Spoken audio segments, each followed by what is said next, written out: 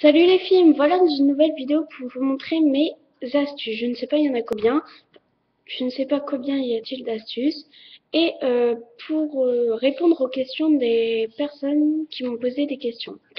Donc nous allons commencer par la première astuce. Donc j'ai tout marqué sur une feuille.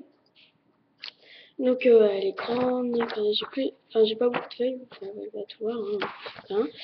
Et les questions, je m'en rappelle et j'ai un peu marqué sur une feuille. Donc, s'il vous plaît, comme il va avoir peut-être bientôt un concours sur ma page, rejoignez ma page que je mettrai dans la barre d'accueil et abonnez-vous, abonnez-vous, ouais, enfin, abonnez-vous à ma page, à ma, abonnez-vous à ma page, à ma chaîne, enfin tout ce qu'il faut pour que vous puissiez me suivre. Parce que quand on n'est pas souvent abonné, ben c'est dur de retrouver des bonnes vidéos parce que moi je vais, dans mes astuces, donc je vais vous apprendre plein de choses quoi. Enfin, il y aura des choses que vous connaissez, des choses que vous ne connaissez pas, et des choses, normal. Hein. Bon, nous allons continuer par la première astuce.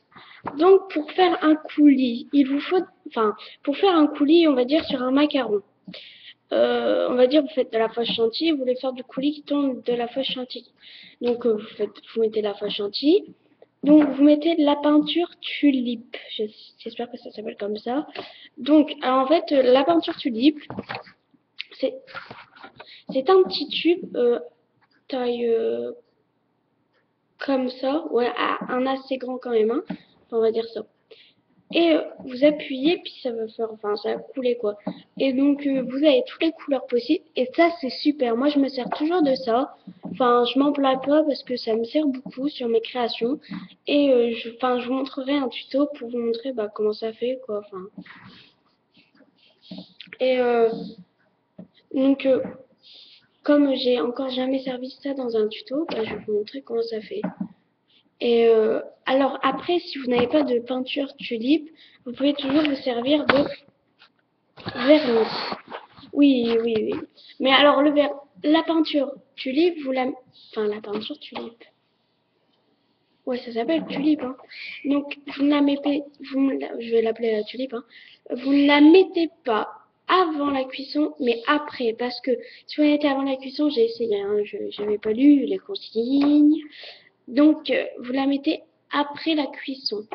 Si vous la mettez avant, ça va faire des bulles, ça va griller, ça va faire de la fumée. Hein. Et oui, oui, j'ai fait le test. Pas pour vous, hein, j'avais fait un test parce que je savais pas qu'il fallait pas le mettre après la cuisson. Ça sèche souvent un jour et demi ou 2 jours. Ça dépend ce que vous prenez. Après du vernis, vous pouvez prendre du vernis, mais ça c'est aussi après la cuisson. Hein. Vous prenez du vernis. Donc du vernis de couleur que vous voulez, hein, bien sûr. Hein. Mais alors, si vous prenez du vernis, qu'après vous mettez le vernis transparent, non. D'abord, vous mettez le vernis de la couleur que vous voulez faire le coulis. Donc pour bien faire le coulis, vous mettez votre passion dans votre vernis et là vous laissez la goutte tomber sur votre truc et ça va tomber et ça va couler. Mais il faut que vous mettez un truc pour protéger. Donc voilà. Mais si vous prenez la tulipe, la peinture tulipe, faut que vous laissez sécher pendant 2 jours et puis qu'après vous mettez du vernis transparent pour que bien que ça brille et tout, que ça passe. Bon, on va quand même passer, je crois que ça a duré longtemps ma vidéo. On va passer à... Ah voilà, alors là c'est ce que je vais vous apprendre. Je crois que vous ne connaissez pas. Comment faire la poche chantilly soi-même. Et ce n'est pas des bêtises, je vous jure, ça marche. Donc ok, il n'y aura pas l'effet... Bon, à part si... Bon, je vais vous expliquer. Donc vous prenez un récipient, on va dire, d'eau. Donc on va dire un bouchon, vous mettez de l'eau dedans. Prenez de la fimo blanche. Donc vous malaxez votre fimo, vous trempez votre doigt dans l'eau et vous malaxez vous trempez à chaque fois votre doigt dans l'eau, vous malaxez, à chaque fois vous répétez ce que je dis, ce qu'il faut faire et attendez, vous attendez que ça colle bien vos doigts, après vous mettez dans un autre bouchon mais sans l'eau, hein, et là vous prenez votre cure-dent et vous touillez, vous touillez, vous touillez, vous touillez, et là vous aurez un effet assez gluant, pas gluant mais assez liquide. Et donc là, vous pourrez mettre sur une création cuite et ça ne cherche pas. Non, non, je vais se tromper. Vous pourrez mettre sur une création qui est molle et ça ne sèche surtout pas à l'air. Enfin, ça ne sèche pas à l'air parce que bah c'est de l'affinement. Hein. Sauf vous mettez sur une création cuite que vous referez recuire. Oui, alors vous pouvez prendre du marron et vous faites la même chose. C'est si vous prenez les couleurs que vous voulez, vous faites la même chose. Parce que moi j'adore, c'est en faire en marron parce que je fais l'effet Nutella. Et alors là j'adore. Donc c'est mieux ça que vous achetez quand même la fausse chantilly qui coûte 5 euros, plus les embouts et tout. Et si vous voulez bien sûr conserver votre fausse chantilly, vous avez fait. Donc vous mettez plus d'eau, plus de blanc ou de marron. Donc vous mettez dans une poche à douille et vous mettez tout ce que votre fausse chantilly. Et si vous avez l'embout, et ben vous faites ça, comme ça vous aurez vraiment la forme de fausse chantilly, quoi. Enfin, voilà. Je vous montrerai quelques photos sur mon truc Facebook. L'eau, ça ne sait rien si elle n'est pas chaude ni froide, elle doit être bah, de l'eau, quoi. Aucune, rien de, voilà. Ah oui, donc quand vous faites des fraises tagada, donc moi je me suis toujours posé la question, est-ce qu'il faut mettre du vrai sucre? Donc moi j'ai essayé avec du vrai sucre. Et alors le vrai sucre, vous faites cuire avec le sucre et vous vernissez à la fin de la cuisson. Alors là franchement ça marche bien, ça fait un beau truc. Euh, donc quand vous mettez votre sucre. Alors non, enfin il y en a qui m'ont dit, faut mettre le sucre après la cuisson. Bah non, faut mettre le sucre avant la cuisson pour qu'à la fin ça fasse bien, enfin beau quoi. Et donc plutôt d'acheter du faux sucre qui coûte aussi très cher hein, par rapport au vrai sucre. Donc voilà. Après il y a, ah oui, quand vous faites une sucette en fimo, donc pour les embouts, ça je crois que tout le monde connaît. Hein. Vous prenez un coton-tige, vous coupez les deux extrémités. Oh, j'allais dire une connerie. Vous coupez, bah si, les deux extrémités. Hein. Enfin, vous coupez les deux bouts de coton-tige, il vous restera le bâton. Bah vous le mettez dans votre, comment ça s'appelle création fimo. Alors après, on m'a demandé, enfin on m'a pas demandé, enfin je vais vous l'apprendre. Quand vous faites un bracelet et vous voulez faire un bracelet avec un ruban et les créations, sans mettre d'anneau ni rien, on va dire vous faites un Oreo. Enfin, avant de faire cuire, vous faites donc un Oreo sans forme et tout, sans moule. Donc vous mettez le marron, le blanc, le noir, le blanc, et il manque le dessus qui est noir encore.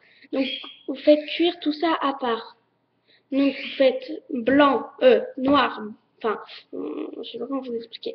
Donc on va dire il faut 3 trucs pour l'Oreo. Donc il faut un qui est blanc et 2 qui sont noirs pour faire le haut, le milieu, le haut, l'en dessous. Donc vous faites cuire le bas et le haut, le bas et le milieu ensemble. Et le haut, vous le faites cuire d'un autre côté, mais pas ensemble. Et après, vous faites passer, quand tout ça est cuit, vous faites passer votre ruban sur le blanc. Et vous refaire en collant, vous refermez avec le noir. Je sais pas si vous avez compris. Donc à la fin, ça fait que le noir, il est collé avec le ruban, mais ça fait un Oreo entier, quoi. Bon, je vais vous montrer un tuto, ce sera plus facile. Après... Ah oui, les crochets. Donc j'ai vu, enfin moi j'ai appris comment faire quand vous avez un crochet, vous avez un... Ah, à chaque fois je me gourre là, ça me saoule. Quand vous mettez un crochet pour que ça tienne en pendentif, donc un clou à œil, oui, et ben à chaque fois vous coupez votre clou à œil, il est grand donc vous coupez un peu, et donc il vous reste une tige et vous pourrez refaire un clou à œil vous-même, et comme ça c'est mieux, vous économisez. Après, je vais aller un peu plus vite. Après, si vous avez un trombone, vous le dépliez, vous refaites un truc avec une pince.